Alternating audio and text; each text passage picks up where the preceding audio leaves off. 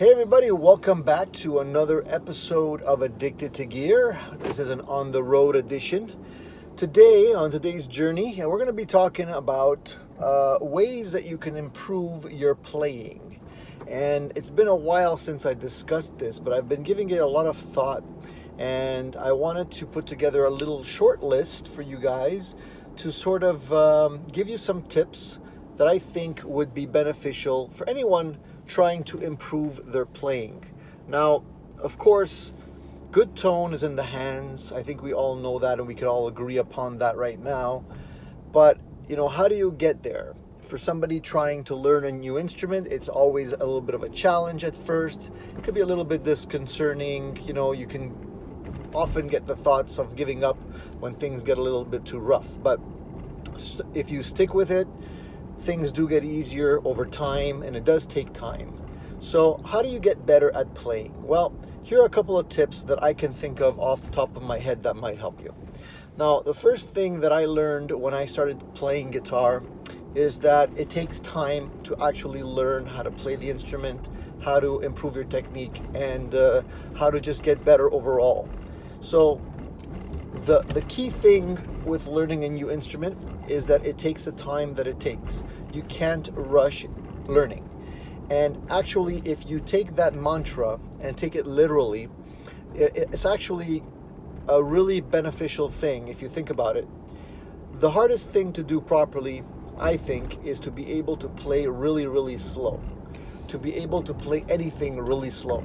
So if you take a piece of music that you're comfortable with or trying to get comfortable with, and you break it down into its main elements and play them very slow. So it could be a lick, it could be a piece of a song, it could be a few chord progressions. Take it and break it down, especially when you're trying to learn how to play a lead and you want to get fast at it. It seems counterintuitive, but actually playing slow will help you play faster. It'll make your brain associate the motions of your hands to what you're playing, and you'll develop your muscle memory a lot quicker. So that's one tip. Number two is, obviously you have to practice every day. Now, people think you have to practice 2 hours, 3 hours, 4 hours. That's not necessarily true. You can actually practice as little as half an hour every day. The important thing when you're practicing, though, is to practice with a purpose. So practicing with a purpose is key. A lot of guitarists, including myself, tend to fall into the trap where you pick up the guitar with the intention of practicing, but what ends up happening is that you just mindlessly doodle on the guitar, playing leads you already know or parts of songs you already know. So if you practice with purpose and you lay down a goal for that particular half an hour that you're spending on your instrument, then you come out with it with a lot more done, and you focus and you don't take the time and throw it away by practicing things you already know. That being said, tip number 3 is, when you are practicing, don't practice stuff you already know. It seems obvious, but again, we end up falling into that trap where we get bored and we start noodling on a song that we already know, trying to improve it a little bit more. And to me, that's wasted time. So come out with a plan where you're constantly learning something new. That brings me to the next tip. You want to learn something new on your guitar every single day. So set that as a goal. And when I say something new, I don't necessarily mean a whole new song, but maybe a new technique, a new chord, a new riff, just something new based on guitar playing every single day. It could be a piece of theory, any of that stuff. And think about it. If you learn something new every day, and you start to apply it, that's a lot of stuff that you've learned at the end of the year. Could you imagine? Just learning a new chord every day. Look how many chords you'll have under your belt at the end of the year. So the next tip is, when you're playing, if at all possible, record yourself. Because there's nothing more telling and honest than listening to a recording of yourself as someone else would be hearing it. And you will learn a heck of a lot about your playing technique if you start really listening to what you're playing. You can hear yourself speed up, you can hear yourself not quite bending that note all the way through, you can hear yourself stumbling, and it'll force you to pay attention to those aspects of your playing that require work. It's almost like a magnifying glass. It's very, very helpful. Okay, then after that, the next tip I would say is to try to work out a new song every day.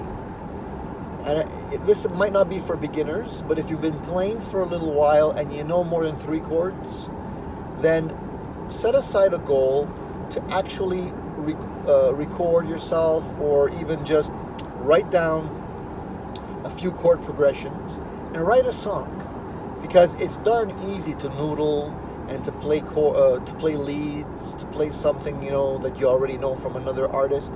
But writing an actual song that somebody's going to want to listen to is very difficult, and not many people know how to do that.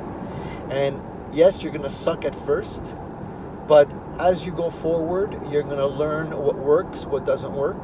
You're going to learn a recipe that you feel it works for you, for your particular style, and you'll be very surprised to know how well you can actually write songs after a little while.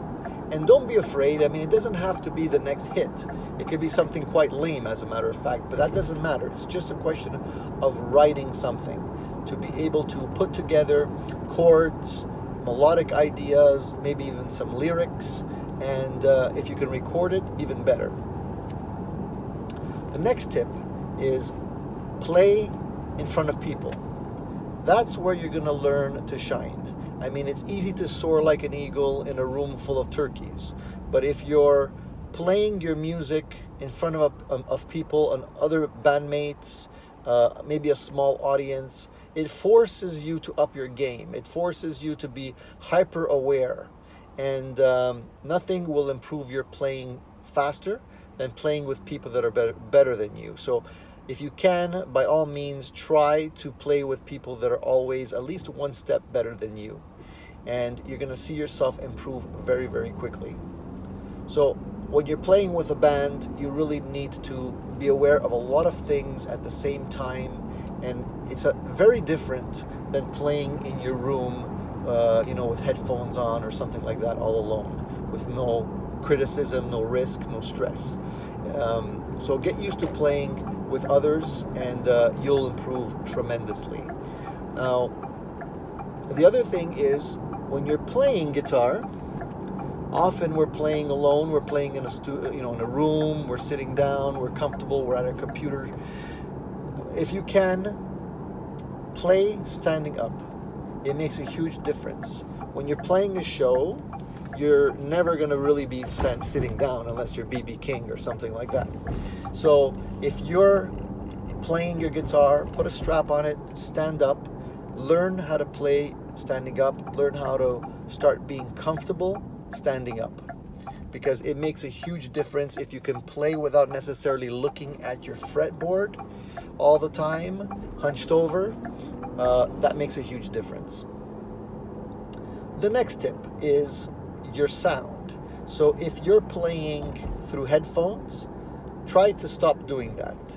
It's definitely very convenient to use headphones when you're playing guitar, because you can, you're in your own little world. Nobody knows if you messed up. You don't have to really worry about your sound much. But try to play through a live amplifier in a live room and really listen to your sound and pay attention to the dynamics of your playing. And getting away from playing with headphones will also improve your overall playing. Now, the next tip is also based on playing and your sound, but it's just an extension of your hand technique, and that is, when you're playing guitar, try to aim for dynamics. So what I mean by that is a lot of players that I've seen, and I've been doing this too, we end up playing or trying to play everything very, very flat in terms of volume. We try to play things consistently, right? And that's good in certain things, but it's also very boring. A lot of the good players that I've heard play very dynamically.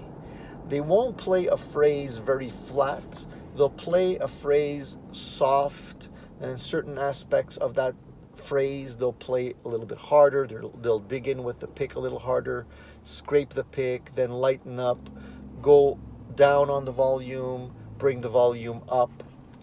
Pay attention to the dynamic aspect of your playing. Learn how to play a phrase where it's not just a flat, consistent phrase, and it'll make your playing a heck of a lot more interesting for everyone, including yourself. And after a while, this aspect, this style of playing will develop, and it'll come natural to you. You'll be able to clearly think about and express where you want to put the emphasis in your phrase, and it makes listening to music very, very interesting for the listener. And it just changes everything, I feel. The next tip is don't solely focus on playing leads and fast. It's very fun to play leads. Everybody enjoys playing leads, but listening to someone playing leads all day long gets boring very fast. So learn how to play your leads, but then also learn how to integrate chords, chord progressions, broken chords, melodic playing into your leads. And you don't always have to play fast. You can actually learn how to express yourself using the minimal amount of notes, as opposed to how many notes can I cram into these 3 seconds. So it's a lot more challenging, I think, to be able to try to make someone cry with one note, as opposed to, you know, cramming as many notes as you can, as quickly as you can into a little piece of music. So try to play with as little notes as you can in a phrase, and try to make it as expressive as you can. Just focus on the emotion side of things as opposed to the speed side of things, and that will also help you improve as a musician very, very much.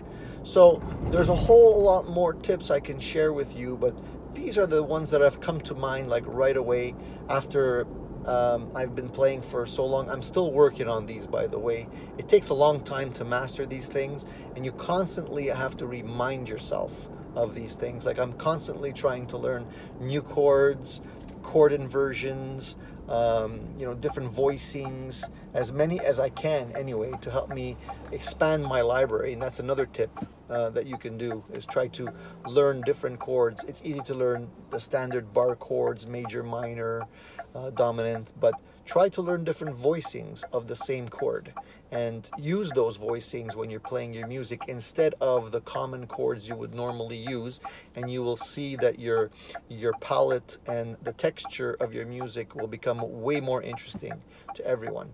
So that's it, guys. I mean, there's a lot more tips I can share with you, and I will share them with you as time goes on. I'll put up a couple of these little quick videos for you guys.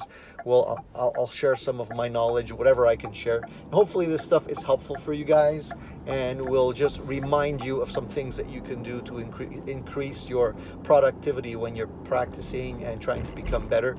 And I'm telling you, over time, it doesn't take long, you will see a really big improvement in your playing. So the key here is stick with it, don't get discouraged, and focus. That's it for now, guys. Thank you for tuning in to another on the road edition of Addicted to Gear. There'll be more great videos coming your way, so please subscribe. See you soon.